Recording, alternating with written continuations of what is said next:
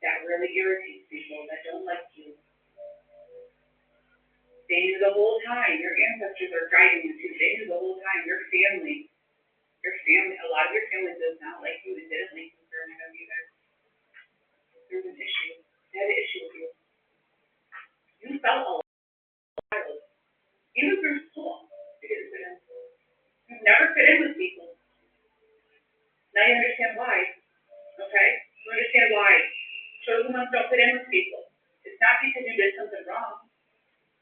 Okay? It's not because you did anything wrong, because you didn't. It is because there's something in your spirit. Your good, powerful energy triggers people with jealousy, envy when it comes to you. It's a fight. But you want to fight. Whole life. You fought your whole life when it came to people. And you will until the day there's no more fight. See, chosen ones have a curse on them. It's a curse and it's a blessing. Chosen ones deal with a lot of childish relations. Like, it's not easy.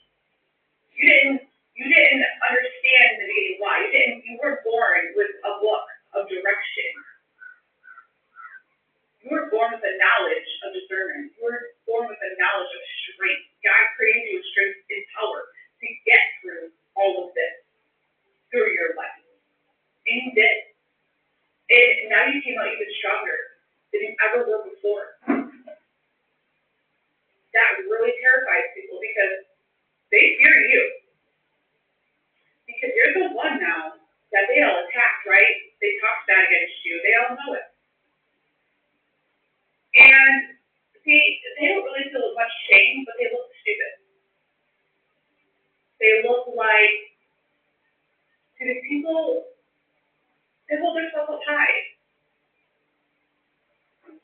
So listen, the way that they speak about people, and you especially, it makes them very, very different.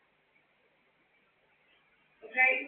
They're not these perfect people. They just speak as they're supposed to be. They're not perfect anyway. We know that. And that's what scares them because you can read them. You read energy. And regardless if they like it or not. So you speak it how it is. And you don't care if they say or think about it. That frightens people. Because, see, before you might have been a little weaker. And now, look at you. You're a go. You're a go-getter. You don't care. God built you for this. Okay? Your life is going far. And God's proud of you. Chosen one. You're a fighter. And you walk your own path. Only your path. Everything is working in your favor right now. Keep going.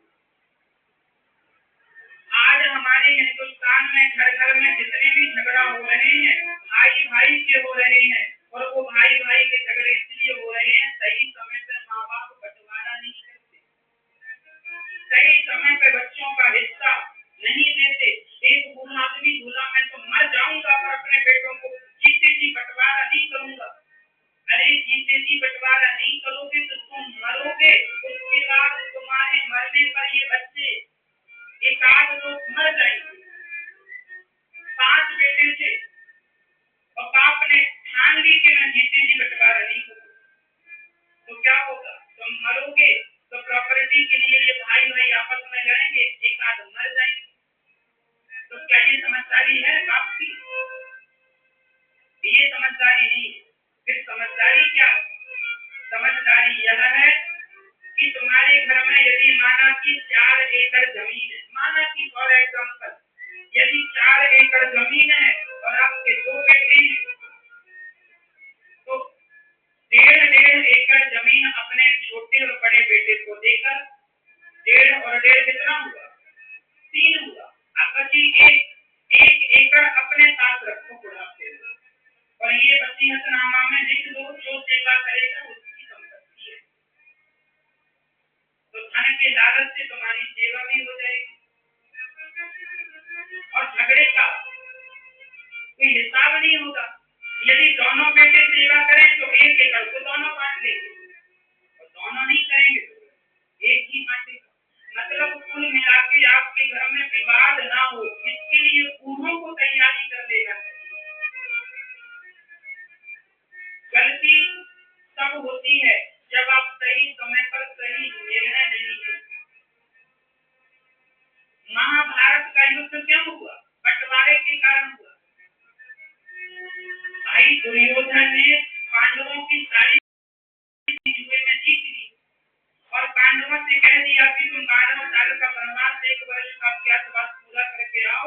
सब लौटा देंगे। जब वो आए और मांगने लगे हमारा अधिकार हमें तो देने से मना कर दिया और मना किया तो महाभारत अधिकार अपना छोड़ देगा कोई तो रामायण जैसा ग्रंथ लिखा जाएगा और अधिकार कोई मांग लेगा तो महाभारत तैयार हो जाएगा।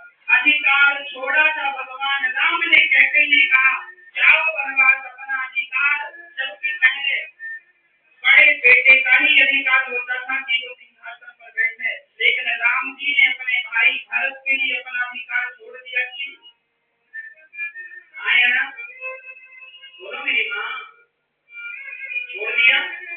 राम जी ने अपने भाई भरत के लिए अपना अधिकार छोड़ दिया और यहाँ अधिकार छोड़ दिया तो रामायण तैयार हुई और अधिकार मांग लिया पांडवों ने तो महाभारत तैयार।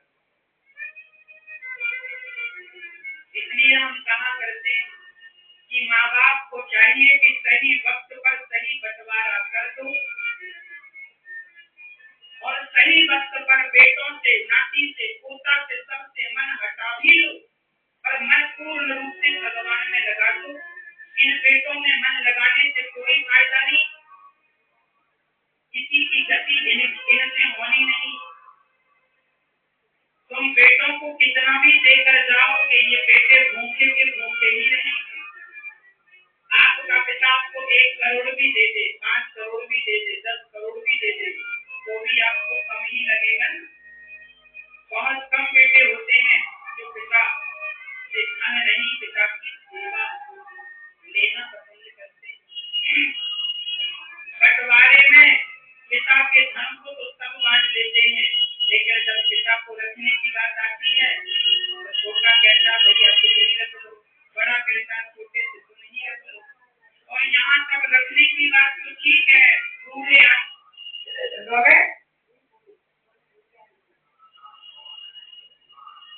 का जैसे तैसे गुजारा तो हो जाता है, लेकिन जब लोग मर जाते हैं, जब आप मरेंगे ना और आपके यदि 2 या 3 या 4 बेटे होंगे, जब आप मरेंगे तब आपके बेटे क्या कहेंगे? बड़ा कहेगा छोटे से तुम ही तेरे ही कर लो, क्या कर लो? तेरे ही तुम कर लो। बड़ा छोटे से क्या कहेगा? तुम्हारे पास से संपत्ति तुमने रखी, तेरे तुम कर लो। बड़ा कहेगा छोटे से छोटा देखेगा, कुछ तो सपोर्ट करो। तुम्हारे मरने पर तेरा ब्राह्मण खवाने के लिए भी ये सोचते हैं। ये तुमने बेटों को जो करोड़ करोड़ दिए हैं, करोड़ों की प्रॉपर्टी दी है और करोड़ों करोड़ों देकर भी तुम मर रहे हो मेरा बेटा मेरा बेटा,